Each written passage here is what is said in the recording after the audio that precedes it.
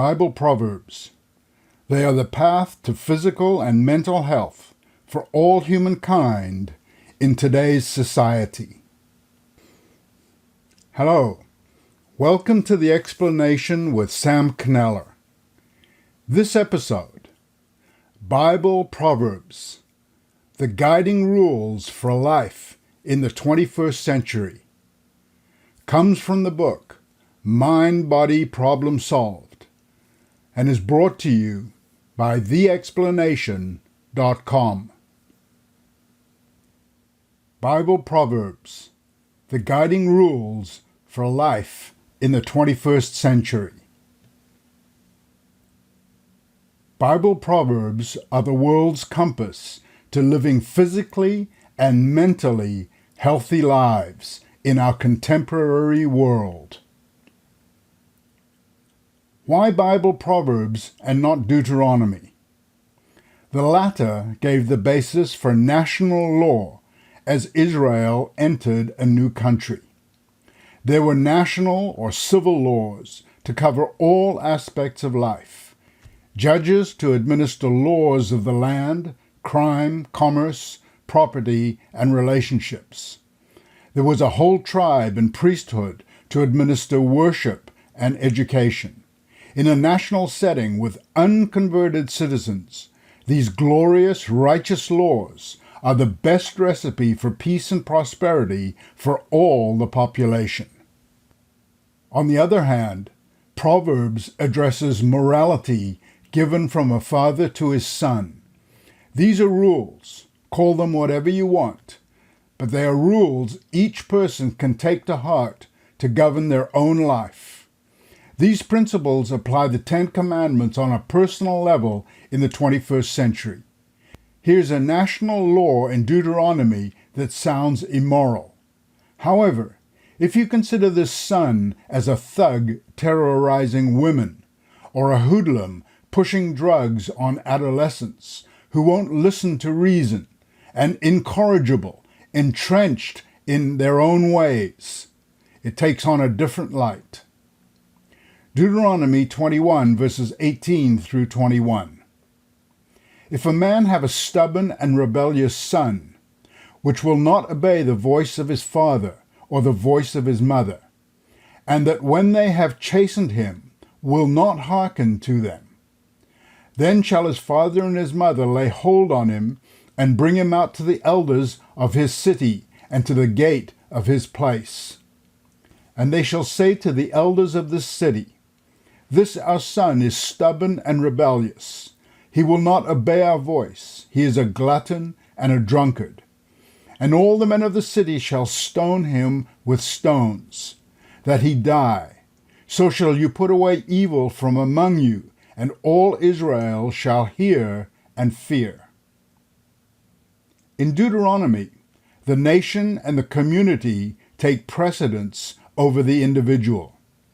Preserving the well-being of women and adolescents has priority over the crime of one individual.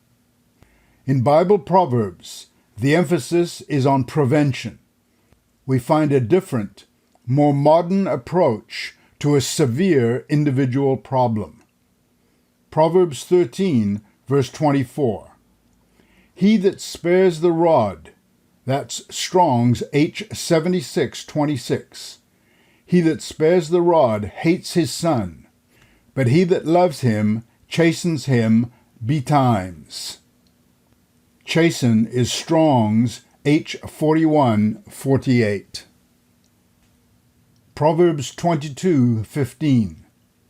Foolishness is bound in the heart of a child, but the rod, H7626, the rod of correction, Strong's H4148, the rod of correction shall drive it far from him. Proverbs 29:15, the rod, H7626, and reproof, H8433. The rod and reproof give wisdom, but a child left to himself brings his mother to shame. Before we become indignant at corporal punishment, which was not the case in 1600 when the translators used the term rod. Let's see what the biblical Hebrew word, as well as correction, H 4148, and reproof, H 8433, what these words mean. Strong's H 7626. Shevet, literally a stick, for punishing, writing, fighting, ruling, and walking, etc., or figuratively a clan. King James Version, dart, rod, scepter, staff, and tribe. H 4148. Musar, chastisement, figuratively reproof, warning or instruction, also restraint. KJV translations: bond, chastening, chastisement, check, correction, discipline, doctrine, instruction, and rebuke. H 8433. Tukacha, chastisement, figuratively by words, correction, refutation, proof, even in defense. KJV translations: argument, correction, reasoning, rebuke, reproof, reproved. There's chastisement, but note how it's kept in check and includes discipline, doctrine, instruction, reasoning, and the like. This is not punishment for punishment's sake. It involves remedial direction to transform the individual's behavior. As I pointed out in the last chapter, I have no pleasure in the death of the wicked, but that the wicked turn from his way and live. Ezekiel 33, verse 11. That is the goal of the father and mother of the son. The application of Bible Proverbs is practical psychology. It opens the way to physical and mental health, a more level-headed society. In one sense, this child, had she or he been raised according to the principles in Proverbs, would not be in this position of needing remedial psychology. We're not in a perfect world with perfect parents or children. Restoring physical and mental health with doctors and psychologists is part of life, but it would be infinitely better if done in God's way. Bible Proverbs. The rules for life are concentrated in one book, Bible Proverbs. Therein we find all the basics covering mainly individual laws, but also broaching national and worship laws. The study of Proverbs should be a daily exercise. Imagine if it were practiced at home, and why not in school? We desperately need an essential code of ethics in a secular society. Bible Proverbs puts God first, where he should be. But even if you take God out of the picture, which we shouldn't do, the Proverbs contain sufficient advice to establish balanced individual citizens in a peaceful nation. Bible Proverbs chapter 1 sets the stage, with the preface including the most vital points to keep in mind. Instruction. Chapter 1, verse 2. The Proverbs of Solomon, the son of David, king of Israel, to know wisdom and instruction, to perceive the words and understanding. Sam's comment. In every aspect of our lives, this yields mental peace. Fear of the Lord. Chapter 1, verse 7. The fear of the Lord is the beginning of knowledge, but fools despise wisdom and instruction. This is where it all starts.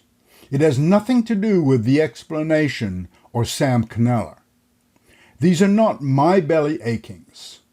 Right at the outset, the first 5 minutes of the play as I've said. The book of Proverbs makes it clear. The respect and reverence of God are where wisdom and the rules of life begin. This summarizes the first 4 of the 10 commandments.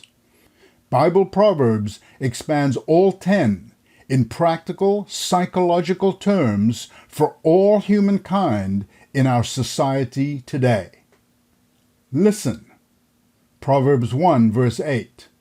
My son, hear the instruction of your father, and forsake not the law of your mother. Sam's comment. Are we teaching young people who become parents the Bible Proverbs on a family, national, and international level? Wisdom. Proverbs 1 verse 20. Wisdom cries without. She utters her voice in the streets. Bible Proverbs has been around and available for thousands of years. It's even published separately and is possibly the most prolific book in the world. It is the book of practical wisdom. Consciousness, mind, and Bible Proverbs. Below are the 5 areas of human consciousness, coupled with a few Bible Proverbs to get you started. This is a lengthy but practical and rewarding study. Each proverb can be associated with one or more of the 10 commandments and fits into one or more areas influencing and affecting our mental health. Their study, meditation, and application would go a long way to improving our quality of life. The first area of consciousness. Purpose, our goals. Professional goals. Proverbs chapter 12, verse 11. He that tills his land shall be satisfied with bread, but he that follows vain persons is void of understanding. Personal growth. Chapter 3, verse 13. Happy is the man that finds wisdom, and the man that gets understanding. Health. Chapter 3, verses 7 and 8. Do not be wise in your own eyes. Fear the Lord and shun evil. This will bring health to your body and nourishment to your bones. Family. Chapter 22, verse 6. Train up a child in the way he should go, and when he is old, he will not depart from it.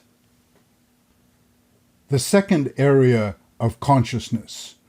How humans function. Anger. Chapter 14, verse 17 of Proverbs. He that is soon angry deals foolishly, and the man of wicked devices is hated. Integrity. Chapter 11, verse 3. The integrity of the upright shall guide them, but the perverseness of transgressors shall destroy them.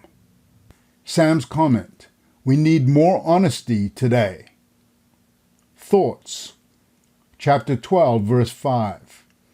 The thoughts of the righteous are right, but the counsels of the wicked are deceit. Sam's comment. We need more upright thinking. We're not teaching people how to think. Third area of consciousness. How humans socialize. That is, relationships. Parents. Chapter 1, verse 8. My son, hear the instructions of your father, and forsake not the law of your mother. Sam's comment. Family, father, mother, and children with proper parental guidance. Children. Chapter 17, verse 25. A foolish son is a grief to his father, and bitterness to her that bare him. Sam's comment. Often the result of poor parenting, not always for sure, but parents must invest in the correct raising of their children. Husband. Chapter 31, verse 23. Her husband is known in the gates. when he sits among the elders of the land. Wife, chapter 14, verse 1. Every wise woman builds her house, but the foolish plucks it down with her hands. Friendship, chapter 18, verse 24. A man that has friends must show himself friendly, and there is a friend that sticks closer than a brother.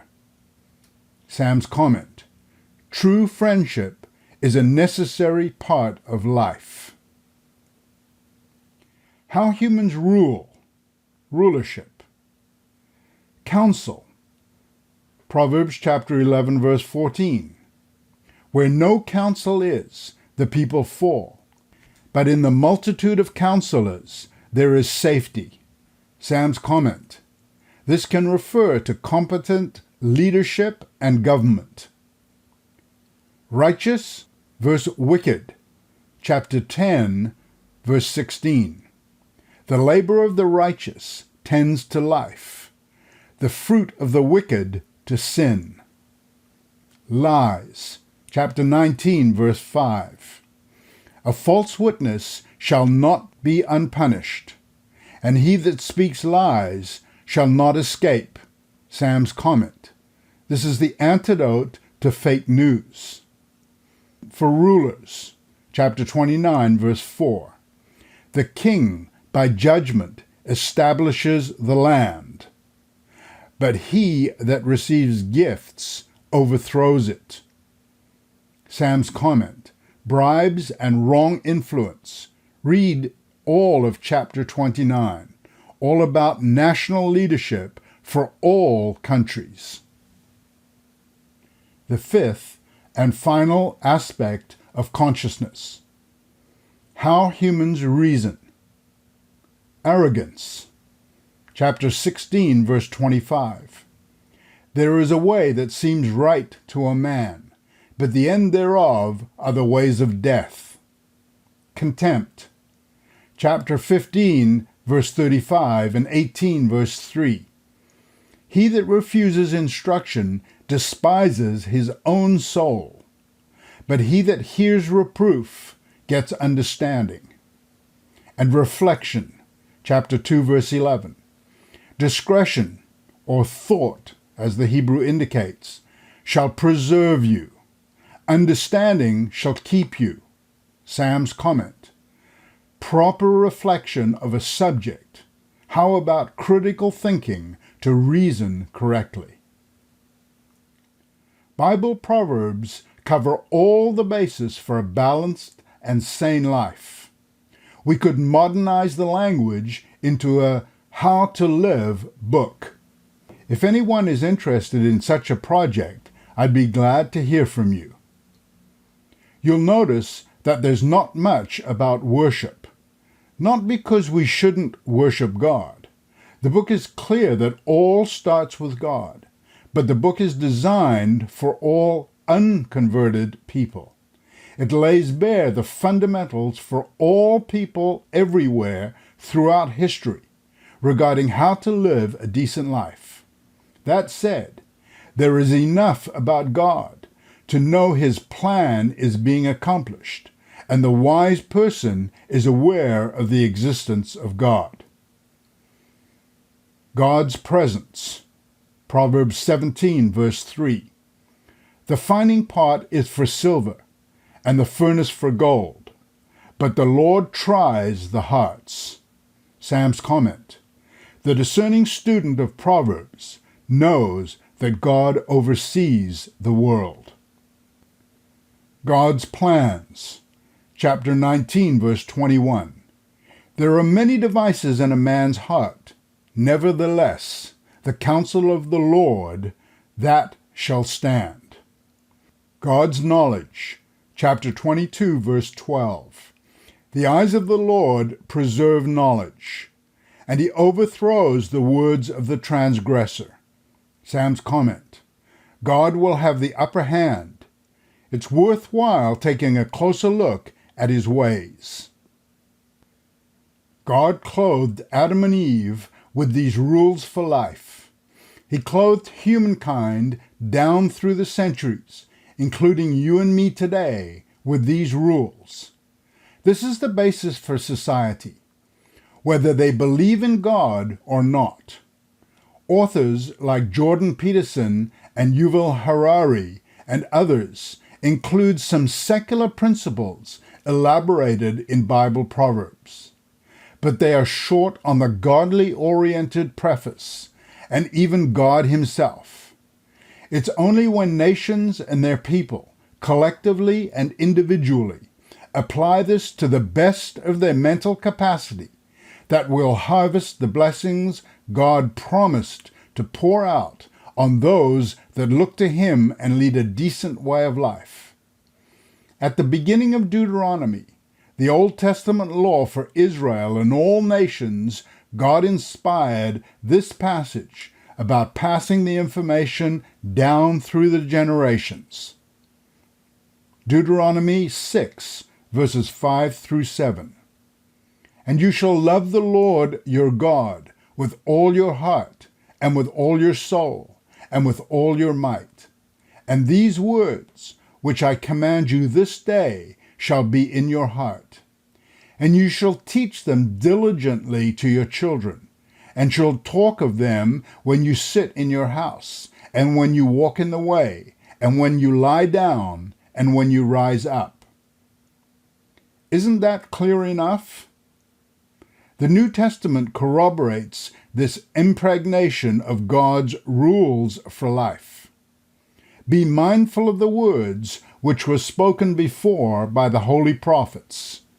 See 2 Peter chapter 3, verse 2. This is true mindfulness that we hear so much about. We are to fill our minds, not empty them. Fill our minds brim full of Bible Proverbs, the rules for life. God's ways elaborated in his manual are practical psychology, representing the way to physical and mental health for all humankind. This episode is brought to you by The Explanation Bible Institute.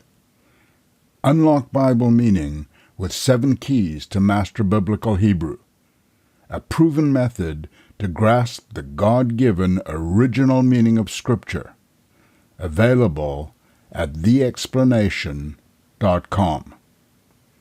Keep seeking answers to the big questions in life and reveal the explanation.